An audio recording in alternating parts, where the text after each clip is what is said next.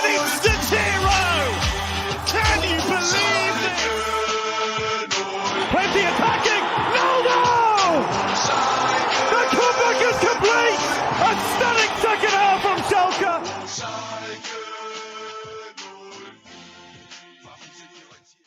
Blau und weiß sein Leben lang. Hallo meine Leute. Willkommen zum einzigen Schalke Podcast auf English. That's right, folks. Officially the world's only English Schalke podcast. This is episode 130 of SchalkeMerica. I'm your host, Richard Carmen. Joining me on the show, as always, co-host Jack Mangan. Jack, how are we doing this evening?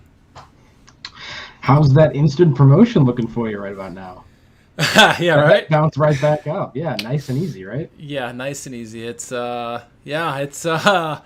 told people it was gonna be hard, didn't we? We said it was gonna be hard, and sure enough, getting blasted like we did over this weekend, 4-1. Not the most ideal way to get your Bundesliga, fight the Bundesliga season on the go. I mean, obviously it's 3-4 games in, but 4-1. Yeah.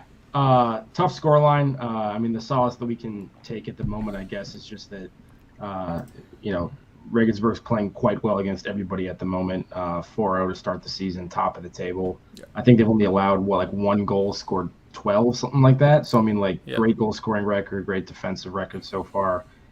So, we're not the only ones that they're finding success against at the moment. But even so, just once again, with the pedigree, the size of the club, despite all the turnover and everything, I think there's a lot of fans that expected that we'd hop down here and immediately look like one of the better teams and be able to handle our business against teams like Regensburg. But I think you and I always thought it was going to be a little bit trickier than that. And we'll see how things go from here on out. But yeah, now just one win from our first 4 matches in the second division.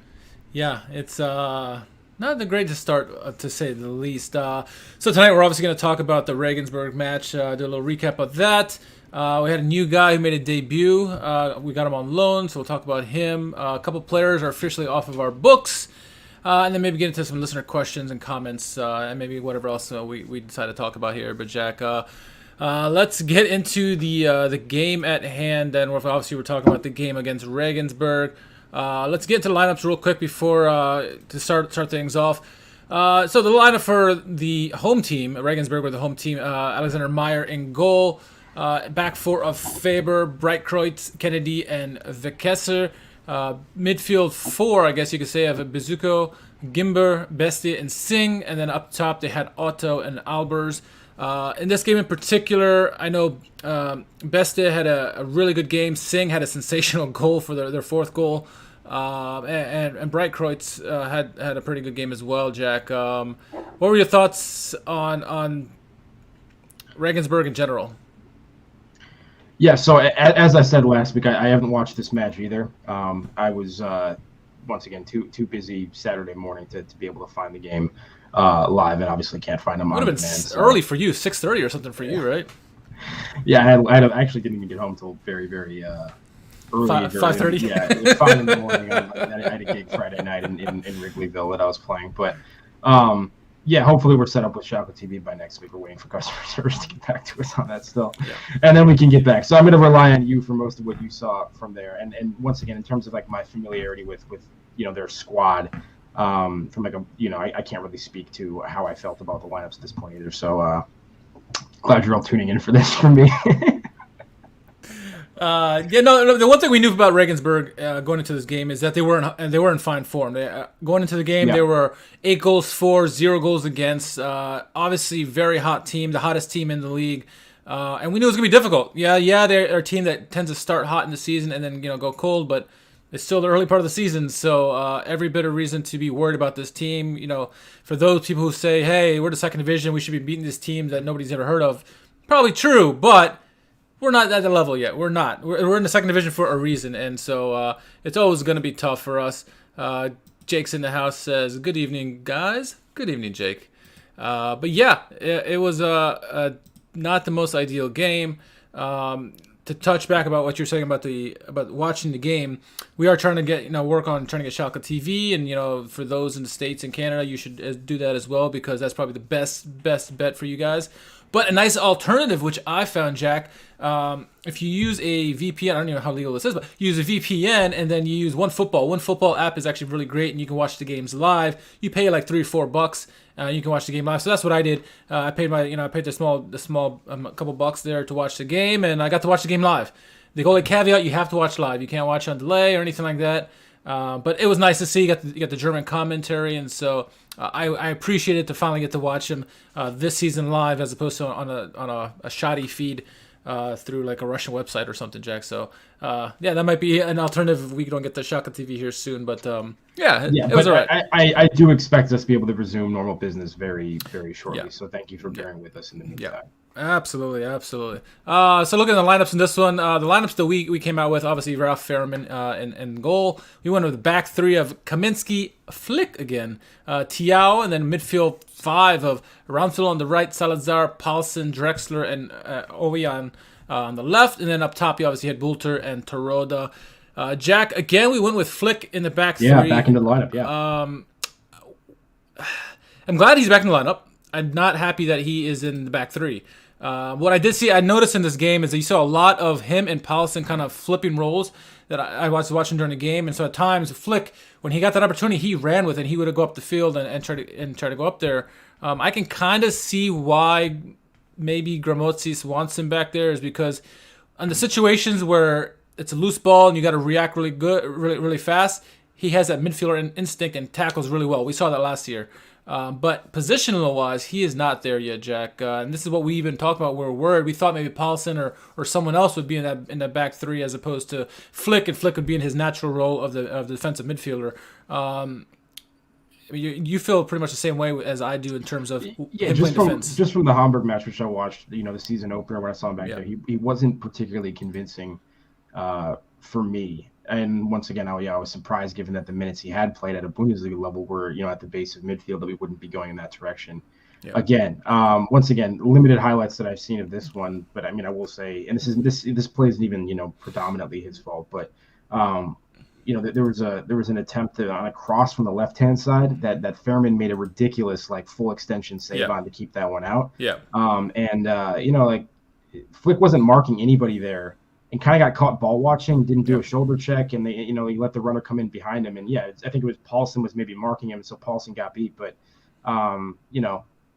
same kind of thing. It's just he's not maybe as turned on and as positionally aware back there as he should be. I mean, one small example, but I did notice that there was a double save. I think it was early in the game, and I don't remember. Yeah, it was the first half. Everyone kept saying it was a double save by Fährmann, and actually, you look at the replay, it was actually Paulsen with the second save. Again, Flick being slow to the play, Paulsen being heads up and made that great tackle to make the save on there. I mean, Fährmann probably would have got that second save anyway, but again, it's kind of what you were saying. Paulsen's more of the heads up kind of guy. He would be perfect, I think, in that role, and Flick is more of the defensive midfielder. Because when you have that, you can't have those lapses as a central defender. Thiaw obviously is holding his own, but I agree about that. It's just a weird thing for me to see Flick back there, and maybe eventually, Gramotzis will look like a genius, but we'll see, I guess. The verdict is still out on him, I think, with all the fans. And this isn't meant as an indictment of Flick as a player necessarily. No, I'm not up to date on the entire history of where he's been positionally throughout his youth career, but what I'm saying is I think I actually like this guy and think he has promise. I just don't think he's being put in a position to succeed at the moment. Correct. Isn't being properly utilized. Correct. Like last year, we thought he did fairly well when he came in at the end of the season, played a defensive midfielder role, the 6th role, and really cleaned up shop. I thought it was fantastic at the end of the season there. But we'll see if this continues to be the trend. I know they picked up another defender that we'll get into here shortly who made a debut. Overall, look at the goals in this one, and so the goals that it started early. Best to get a goal in the 8th minute. Really bad giveaway, and for that goal, Flick with arguably the first 2 goals were his fault. So the first goal, he'd get a bad turnover. I think it was maybe it was Thiaw that gave him the pass. I don't know who it was. But Besta gets the goal there in the 8th minute. 55-minute, Bright Kreutz off a corner kick, I believe, and scored a goal. Otto made it 3-0 in the 73rd minute. Simona Terodde did break that duck, ended that shutout streak that they had through 3.5 games. But just 5 minutes later, Singh came in with a freaking rocket of a shot down that left-hand side. Nothing to keep her... Well, I should say nothing could keep her could have done. He could have got something, I guess, maybe. But it was a great shot. 4-1. Did not expect that at all, Jack. 4-1. Yeah, I mean, starting with the first one, the high press of Regensburg that you had mentioned already. Malik Chow, I mean, doesn't put Flick in a good position with his pass. No, it doesn't. Probably a pretty ill-advised pass, as he has two defenders closing him down pretty quickly. Still not great. I don't know if Flick wasn't expecting it or maybe just wasn't as aware of where he needed to, but where everyone else was in relationship to him, so didn't realize he had to be extremely decisive with a touch there and everything. But he gets followed up, turned over, and I mean, to be fair, it's a pretty good shot that I don't think a lot of people were expecting. But even so, it's a poor giveaway, and I mean, I think it's where coaching matters and everything. We can have players like Malik Chow that we're like, hey, a lot of Bundesliga minutes, promising young player, classy defensive player, and he can pass around people, this and that, and that quality is going to shine through in the second division, maybe even more than it had in the Bundesliga. But you have a team like Regensburg, and it's maybe not a household name, but apparently early in the season, very well coached, incredibly well organized, and so you're seeing that against a team that isn't kind of ready for that thing, and the high press is paying off, and they're getting turnovers and out of it and creating opportunities, and so I think this is where, I mean, we'll get into this later, some of the questions about Grammatics are continuing already, stuff like this, but pretty poor first one to concede. The second one, that corner, I mean, the curling shot, that's just a ridiculous play. I think Fairman didn't see it around the corner. It's kind of a loose ball thing, kind of lucky. Third one, debut of Itakura, right? Itakura, sorry. And didn't really have a body on him there, kind of got late stepping out, and ultimately gave him a free header, and then somebody gets beat on the back post for that Singh rocket, like you said. So good finishes, really authoritative, good goals that were scored. All the finishes were really, really nice from Regensburg, so you got to give them credit for scoring those goals. I don't want to downplay what they were able to accomplish there, but a couple of these are just the kind of mistakes we were seeing last year to some extent. People switched off for a moment, or a bad giveaway, sloppy build up, and not being able to play out of the back, play through pressure, those kind of things. And it's kind of same old story. So hopefully Grammatics can get a handle on it soon. Otherwise, that fan pressure is only going to continue. Yeah, and Regensburg, as you mentioned, is a really, really well-coached team. I was talking with Matthew Karagic, another Schalke fan. He's actually part of the Zweite Bundesliga podcast. Definitely give him a follow, check them out. But we're talking about, and we were both impressed by what Regensburg did. They like I said, well-coached. They could high press really well, cause a lot of troubles for us. They were very well organized.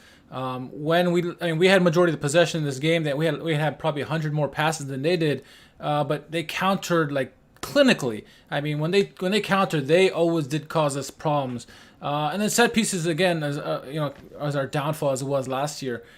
So they were hitting all the check marks of what you would want a team to do, and for a glimmer of hope after Terodde scored, we're like, oh, here comes the comeback. But no, Singh put all that to bed.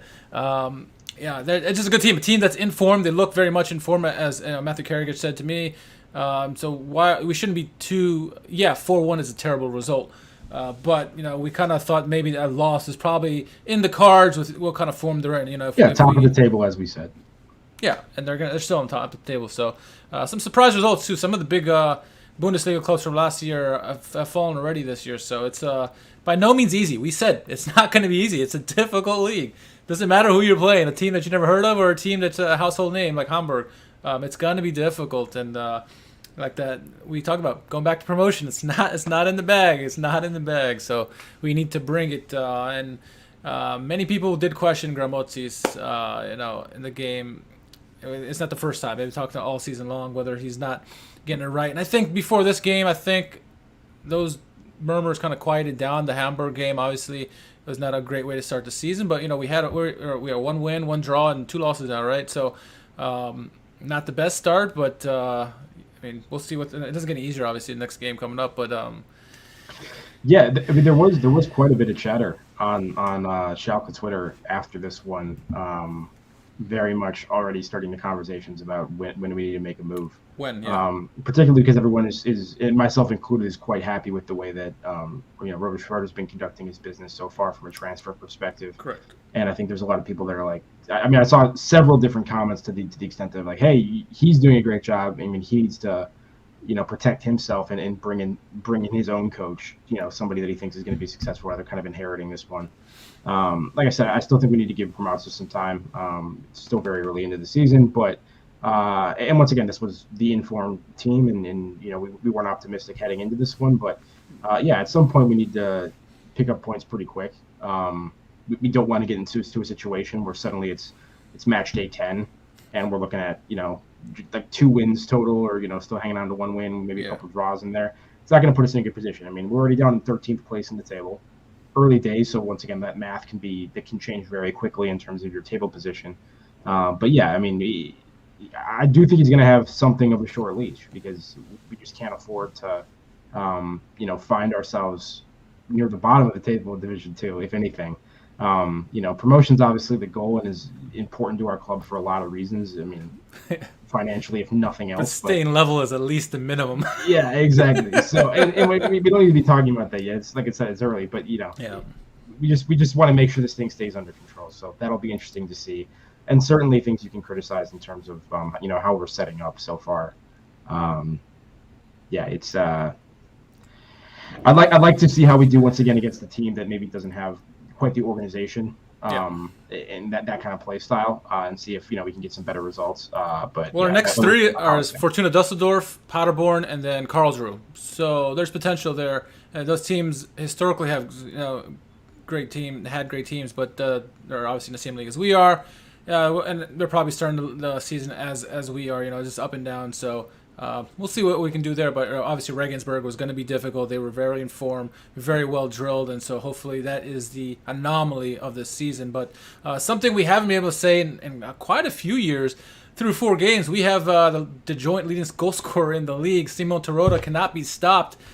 He scores goals no matter what. He's obviously a phenomenal player. He did well to get at the end of it. Total shout out to Cherlinov, or however you say his name. He got a great assist on that play. It was just a great play overall for the goal. Was Cherlinov on that play? On the assist, yeah. So I forget who passed it over the top.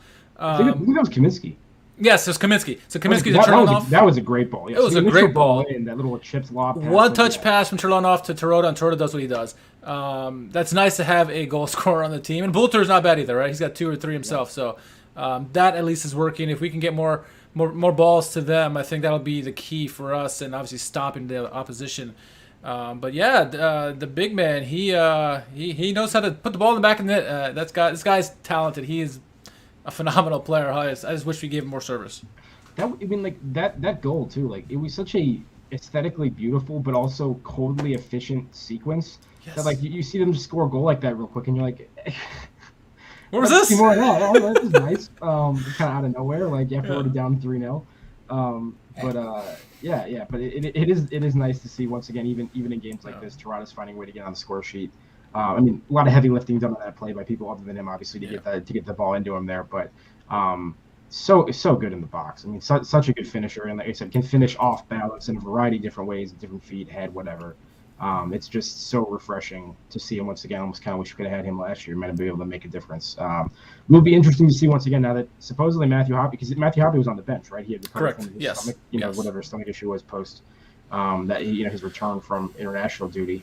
If he doesn't end up making a move and he ends up staying, at least for the time being, at least until the winter at a minimum, I'm actually very, very intrigued to see where we're going to put him, and if we're going to start seeing that Terodde-Hoppe partnership up top, or having Hoppe come on maybe as a super sub later on, or just get rotation and whatever. I mean, like I do think, once again, when Terodde is in the lineup, like you would imagine he's going to be a fixture all the time, and he deserves to be. Yes. So it's going to be hard for Hoppe to get those minutes, but I do think Hoppe can make an impact for us. So it's interesting because you look, Bulter's been playing mostly on the left wing. He likes to come in and be the second striker to Terodde. If you have Hoppe behind them, Salazar's obviously going to be in the mix in the middle. People want to see Harit and Salazar together, which would be interesting. I thought Salazar had a little bit of a poor game in this one, but there's potential there. I mean, who do you take out of that lineup if that's the case, right? some of the people we saw in the game that came in off the substitute space. Peringer, who we've seen a lot this season. Cherlinov, who got the assist. It was pretty offensive substitutions. Mikhailov came on late in the game. Obviously, we're down in goals, so we need goals. So we bring in the strikers. But and Itakura, like you mentioned. But in that midfield, Paulson's got to be a fix right now at the moment. Drexler's been playing fairly well, I thought. He and Bolter have been switching on that left-hand side. Oyan and Ramfield, they're pretty much locks in their positions, I think, at this point. And, Becker can play that right wing, obviously, and Aidan, you would expect him at some point as well. I'm curious with Itakura once he gets up to speed, because when he came in, he played in the central defense. I would prefer to see him or Paulson in that central defense with Tiao, and then move Flick up. But hopefully it doesn't take time away from Flick. I think Flick needs pitch time. Yeah, and that's the thing. And bringing in Itakura, hopefully that's what happens. I don't know. Obviously, Gramatis has seen something throughout preseason that has led him to decide that this is kind of where he wants to put these guys. But maybe the addition, as you said, of another center back will allow him to be moved elsewhere. I guess just a question of whether or not he ends up starting in place of Paulson there, and if Paulson doesn't move back to the back line. But what you said a minute ago about a lot of offensive-minded players. The one thing I will say about Hoppe too, though, is that I think he has demonstrated that he can put in a shift in terms of his off-the-ball activity when and chase people down and everything. So he makes good runs too. He makes good off-the-ball runs, I think. We've seen it many times last year, obviously with the goals that he got, but some good runs he's made, and at times he'll make the really good pass as well. So I'm curious to see what they would do with Bulter and Terodde up top. If nothing else, Terodde at least up top. Would be curious to see how that works out, but we'll mentioned Harit as well. Are we expecting to see him back at this point? Is that who's that? Harit. That's the rumors I keep hearing. Go ahead. Sorry. No, I was saying that's the rumors I keep hearing. Obviously, we'll get to the news about some of the guys we offloaded, but the two big names right now are Kabak and Harit. I know Harit's been going back and forth negotiations with Galatasaray and Turkey, and Kabak. We've heard rumors from all different leagues, Italy. England, everywhere, Turkey as well. We'll see. A lot of the fans I'm seeing on Twitter on both English and German tweets that they want to see Salazar and Harit. If we keep Harit, that could be interesting. But with the value of his contract, you don't imagine he would stick around, because Schroeder said something similar today when they talked about Nastasic and Mascarell, is that if you have a Bundesliga contract, you're not going to be to fight the Liga. There's no room for you, because we can't afford that kind of money. We don't have the money to support that kind of those payrolls. So we'll see. I don't know. Would you like to see Harit and Salazar together? Could they be together? Because sometimes you get two people with butt heads that both want to be the chief out there. It's the same old kind of thing with Harit, though. It's like part of me is like, whatever money we can get from him at this point, we should just do. And it's probably best to not continue the Harit experiment. But at the same time, you're like, God, if he's on, that kind of quality, once again, it's always like, if you get the best out of Harit, if you get peak Harit playing at a fairly consistent level, it's so good. And he's got strikers now, so imagine if he could do his thing and give it to assist to Terodde or Bulter. Yeah, that's a great point. Some competency up top in front of him. You see what he did with Hoppe. Nothing to take away from Hoppe, but Hoppe's no Terodde, and Hoppe was scoring goals from Harit. So, you can imagine. Then with Salazar in the mix as well, with his long-range shooting ability, we'll see. I guess we got 7 days left in the market, so we'll see. Is it going to be extended this year, or is it 30th? Do you know? 31st? I'm actually not sure, but I don't think it's extended this year, but but somebody that actually demands defensive attention, right? So Harit dribbling and driving at a back line, it's gonna be hard for them to step up and kind of try to close it off, because somebody has to keep body on Terodde, that kind of thing. So it would be fun to watch. I don't know. I'm just surprised. Once again, I'm surprised that we haven't heard anything yet. It's kind of late into the window. And I would have expected for somebody like him that he would have been one of those guys earlier on to move, as we talked about last week. So it's just so kind of strange that not only has it not happened, but it's been relatively quiet of late. I forget who made an offer for Kabak, and it was someone in Syria, but the offer was so low. Schalke's like, no, you need to up your price. So I guess they're willing to at least negotiate a little bit. Huh? No, not that. But we'll see. I guess we still got some time here in the window, but I don't know. Speaking, that kind of reminded me. Timo Becker is another one. You said about surprise and when what nothing's happened. Timo Becker, I'm surprised you haven't seen more of him on the pitch. I don't know what's going on, if he's got a nagging injury or some reason Gramozzi's just turned off by him, even though we talked at boring length about Becker last year. But what the hell? Yeah, that's an answer I would definitely like. I wonder. I mean, yeah. I hope that it's not like some sort of issue with he and the club, their relationship is somehow deteriorated. Maybe he doesn't want to be there anymore, something along those lines. I really hope that's not what's going on. But yeah, that is probably the number one question on my mind is what's going on with that, because as you and I talked about repeatedly last season, one of the more consistent, better looking, more reliable players throughout what was a dismal campaign. And we fully expected, along with Malik Chow, Timo Becker to be a constant fixture in this side. And we've brought in, some people that can kind of play right back, wing back, we brought in some center back help, and he's not in the picture at the moment to any meaningful extent. And that, so I maybe it's an injury, maybe it's something else, but super surprising. I mean, I would honestly prefer to see Timo Becker on the right of the back three, and then Tiao in the middle, and put Flick either in the middle somewhere or put him on the bench to come off for Pallison or Drexler, because I thought those two players, they deserve their positions right now on the team. But Timo Becker going to be dropping dimes like that. Keep that guy in the pit. No, I'm kidding. But yeah, right. Keep Kaminsky in the highlights. Watch the game. Yeah, exactly. So let's talk about some of the moves. I mean, unless there's something else, anything else in the game you want to talk about. I mean, Regensburg were simply good, and we were not good enough. That's the plain, simple truth to that game. So I mean, I don't know if there's anything else I want to harp about on that. No, yeah. I mean, when they score a banger like that 8 minutes in, you're kind of like, yep, here we are. Here we go. Start with a banger, end with a banger, right? Yeah. Bookends. Yeah.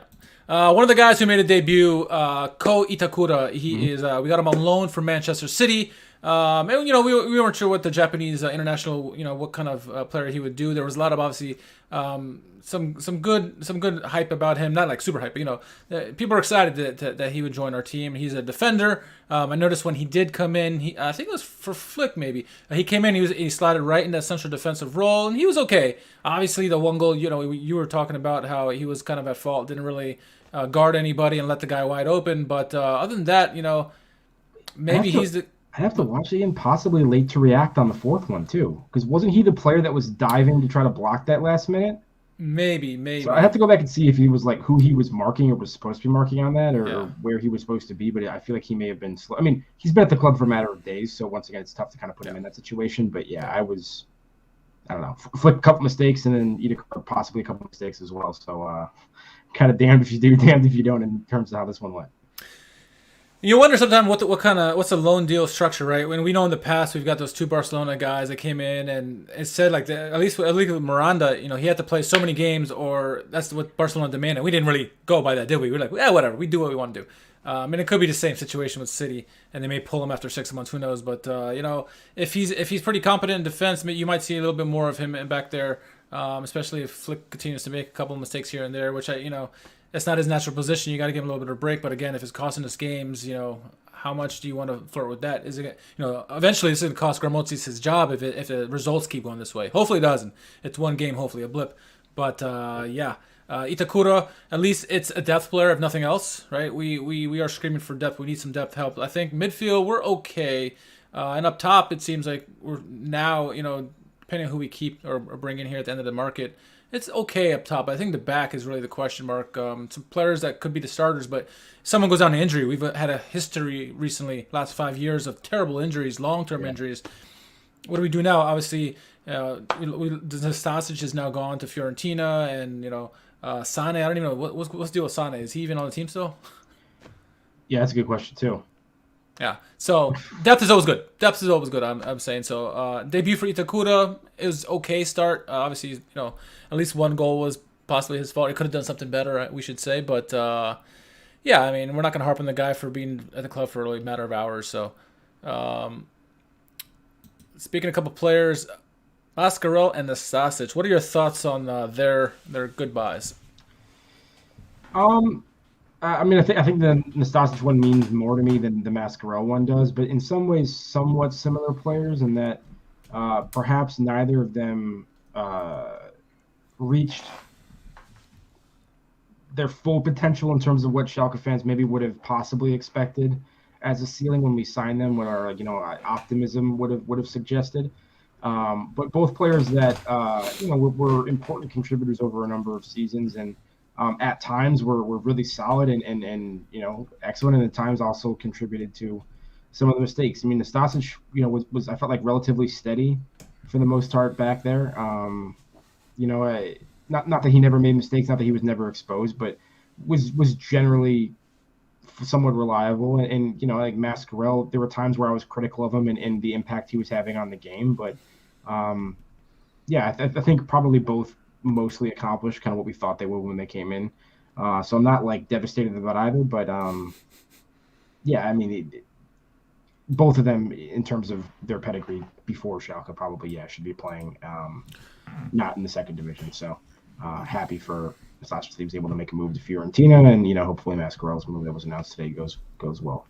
Yeah, Nasacic's been a long time servant of the club. It's been at least 5 years or something like. He's been around for a while, and he had some good years and obviously some bad years. He's one quick to pick up a yellow card, it seems like, or make a mistake that is very costly, it seems like. But he's also he had been one of our most consistent defenders for a long time too, as well. So it's bittersweet to see him go. We obviously cannot afford the contract that he brings, and so he needs some pitch time. Fiorentina, I'm sure, will do well with him there. If nothing else, nice depth player. So I'm glad that he's gone somewhere. And then Mascarell, like you said, he's finally off the books. There are questions whether he's going to take a pay cut or this and that, and he's gone. Adios. I'm sure he'll pick up a club somewhere here or there. Obviously, he came from the Real Madrid, so I'm sure I wouldn't be surprised he goes back to La Liga and enjoys one of those teams there. There's plenty of options, I think, for him, both of those players.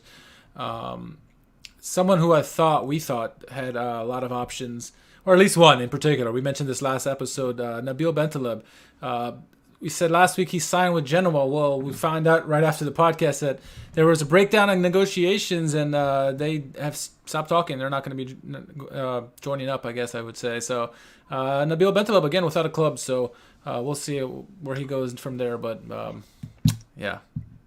I got nothing else on that. I think he's been mentioned on every episode of the podcast this season so far. So his reign of terror continues. Yeah. No, it is. And at least it's not Franco Di Santo, huh? Yeah. No, I mean, legitimately, though, talented player. Would love to see him go somewhere and for it to work out for him and everything to quiet down in terms of his his behavior, or whatever. But it's just ridiculous that he's still here at this point. Like, oh my God, somebody pick this guy up, please. At least he's off the books. So at least he's off the books there. So there's that. Let's see. We had some comments after the game. We asked people what are the thoughts or questions, comments about the game. Some of the ones that came out. At Glenn Twit Stuff says, for the last 3 or 4 years, we have not had a coach that has been able to organize a team to play through the high press. We saw that very well at Regensburg. That's 7 coaches who think every team will just stand back and let us freely pass the ball between our defenders. To his point, we had a lot of passes. We obviously shared a little bit more possession in this game. I think it was like 47 to 53, and we had more than 100 passes more than they did. But what did it amount to? Nothing. 1 goal versus their 4. Possession be damned. It doesn't matter anything if you don't put the ball in the back of the net like Regensburg did to us. So, you think he has a point there? No, it's certainly been a consistent feature, I think, of teams where you and I are frustrated that so often it's long balls over the top that are lower, percentage passes, and we often turn the ball right back over because we can't string a couple passes on the ground quickly and kind of build in, pass around and out of some of this pressure. And we constantly have to rely on the more imprecise methods to advance the ball into our opposition half. There's been a number of years where that's been the case. So like we said earlier, extremely well organized, well coached team at the moment in Regensburg, causing similar problems. Yeah, no doubt about that. At Don De Brito says, how many games with poor results before we see a new manager? That's what everyone's been asking us, especially this past weekend. Jack, I mean, I honestly think Schroeder is going to take his time with this. I don't see anything. If the results get this bad, 4-1 for the next, month, I can see that happening. But I don't foresee that happening. And I would think at the earliest, you're looking at maybe November if results start trending downward. What are your thoughts? It's too early to tell, right? What I will say is I do think you could see a move earlier than November. Okay. I don't know if we're going to see one before October or something like that. But I mean, I could feasibly see early mid-September them pulling the plug if things haven't improved. Because, like I said, I think we do want to avoid this getting out of control and us having to have too much of a hole to dig ourselves out of, as opposed to starting on kind of even ground here. So yeah, I'm with you. He deserves a little bit more time, but and difficult to judge him on last season because of the situation he was in. But has had an entire preseason now with these guys and hasn't looked like great so far. And we're questioning some of the the personnel decisions in terms of where he's playing people and those kind of things. So there are question marks at the moment. It's not just that hey, we're looking really good, but the results just aren't there. It's kind of back and forth. At least it's not Wagner, and we haven't been criticizing his substitution so far. Wagner will wait till 85th minute before he brought somebody on, and it wasn't Katucci, right? So Gramozzi's got to beat on that at least. But people are questioning. Obviously, the fanboys of Tedesco are out as well. They're like, oh, bring him back. He's got no club. Even though I know he's been flirting with the Russian national team. You would take that, though. You would take that in a heartbeat. Of course. Yeah, of course. But I'm not going to go scream, Gramozzi's Rouse and bring in Tedesco. But is it Tedesco time? People are asking. We should ask Ethan. Yeah. Eric in the chat, though, if you want to pull that up, Richard just made a good point, which is that he says if you were out of the promotion battle in mid-September, then Gramozzi is going to be gone. And that's the thing is, I think it kind of depends on what the position of the club hierarchy is at the moment. Is the position of the club hierarchy, we expect to get promoted. In fact, we need to get promoted at all costs. And so the moves that we're going to be making are going to be in pursuit of that and nothing else. If that is the case and there is that kind of pressure and emphasis on we actually expect to be in the promotion places roughly the entire season and then going for that at the end, then maybe you do see that move pulled earlier and later. If they're okay potentially, if it's not going to cause the club imminent danger to not get re-promoted and they're willing to kind of do something of a, once again, not rebuild, which is the term that we were using, last because of a question last week. Then maybe there is more time for it. It kind of depends on what the results are and how nervy, I guess, leadership is. Yeah, I think that's the key because I think if we're below the midway point in the table, I can see obviously being trigger happy. If we're in around the 8th or 7th or 8th or 9th spot, maybe nerves will be a little calm, a little on edge, but they're like, okay, let's see if it rides out and we can straighten our things out. The one good news is we have been scoring goals. If we had been completely impotent in the first 4 games, not scoring any goals, that's different. That's what we saw last season where we couldn't score any goals for the life of us. At least now we're scoring goals. We just need to figure if we can tighten it up defensively. There is that chance that we could come out of this kicking. So we'll see.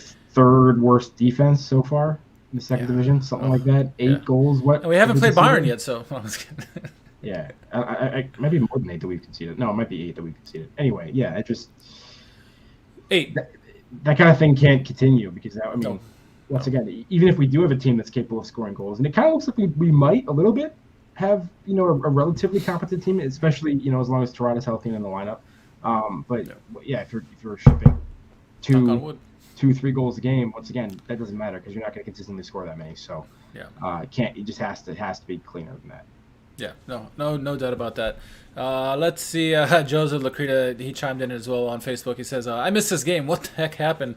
Regensburg happened, man. The powerhouse that is Regensburg. Now, they are the informed team of Zweite Liga, and they looked every bit of it in this game. So Dirk commenting on Facebook as well. He says, Gramozzi's roused is all I have to say. All new squad, and they still play the same shitty styles from before relegation. I read that hashtag is Gramozzisaurus. I didn't do the first time. Gramozzisaurus, I like that. Extinct dinosaur. He will be if you continue playing like this, managing like this. I disagree with the comment. It's a funny comment nonetheless, but I don't think we're playing the exact same shitty style because we're actually getting goals and more opportunities offensively, but we just can't stop anybody defensively. Defensively, we look the same pretty much. Offensively, we have improved a little bit on that. So last year, we couldn't even possess the ball, it seemed like. So at least we're doing that, right? Baby steps, I guess. I don't know. So anything else you want to talk about, Jack? Obviously, it's never easy to talk after a loss and a heavy loss like we just had. Like I said, Dusseldorf, Paderborn, and Karlsruhe up on the horizon. I know Paderborn had lost. I think they lost pretty big as well, maybe 3-0 this past weekend or the week before. And then obviously Karlsruhe and Dusseldorf, they've been up and down the season as well. So Any final thoughts? Yeah, man. Let's just see if the happening can repeat itself in the second division. Hey-oh. Yeah, he's fully fit and healthy. He's been back training with the team, so let's see what he can do. So, yeah, I'm curious. There's some options up top that we could do. I just want to see what they would be like if they all played, especially if Harit stays. Not that I expect him to, but you could have some nice moments there potentially, especially with the beast that we have up top, the two main guys, I should say, and Bulter and Terada. So Terada makes me so happy, dude. Oh, me too. I'm gonna get his jersey. It's such a relief to just have somebody up there who can do the things he can do. It's great. It's been since Huntelaar 1.0 since we had something that you could be like that. We didn't get to see enough of Huntelaar last year to say that, but yeah, this is just so nice to see. I miss that. Now I know what Bayern feels like all the time with Lewandowski. So maybe not quite that level. The last couple seasons, it's like which like non-striking like midfielder is going to come up with the goal today and like bail us out. You know what I mean? Because you just never have any confidence that it's going to come from the people. Caligiuri was a leading goal scorer 2 years ago, wasn't it? Wasn't he like 7, 8 goals? Yeah, like six, 7. Yeah, probably. And our right back has a leading goal scorer. Never good. It's not good. So yeah, it's nice to have at least a striker leading the way this time. I mean, obviously Matthew Hoppe led the way last year, but hopefully Terada can get near the 20 goal mark this year, and that would be fantastic. But I mean, if he gets 15, I'd be ecstatic. I think 20. I want to see 20. So anyway, that's that. Let's see what last comment coming in here. He says, imagine if Bozdogan would start feeding him. We would love if Bozdogan was playing. Him and Becker. Him and Becker. I would love to see them both playing, but yeah. The Bozdogan one is less confusing than the Becker one. Is the Bozdogan one, as much as I kind of like him and intrigued by him as a player, like I can understand what some of the criticism has been. The Becker one is mystifying. It is. He was so good last year. Bozdogan is more like a Tuchu Rome, where like we see some magic, some flair here and there. He's the good one. Becker has been consistent. He's been one of the best players on the team last season, so outside of Tiao. So, yeah, I agree with you. That's a head-scratcher one for me. So, anyway, yeah, if you haven't done so yet, make sure you sign up for the Schalke US newsletter. Simply submit your email address, and you get the updates once a month. So make sure you do that on the Schalke website. And, again, for all the American and Canadian followers, thank you firstly, and then secondly, sign up for the Schalke TV. We're trying to do it as well. That's the best way for you to get to access to Schalke watching games, not only live, but maybe not necessarily live, but a slight delay, and then you can watch the replays obviously as well at your leisure. And then also, as our friend Dave Lee, the SchalkeMerican, said, you can actually listen to the games live on Schalke website. It's going to be in German, but hey, it's better than nothing, right? So do that for sure. Keep tuning in each week. We'll bring you the latest from the Royal Blues. Jack, I'm going to thank OneFootball and ExpressVPN for providing me the broadcast for Schalke this past weekend. Jack, where can our followers find you on social media? Shout out NBC4 Nashville as well.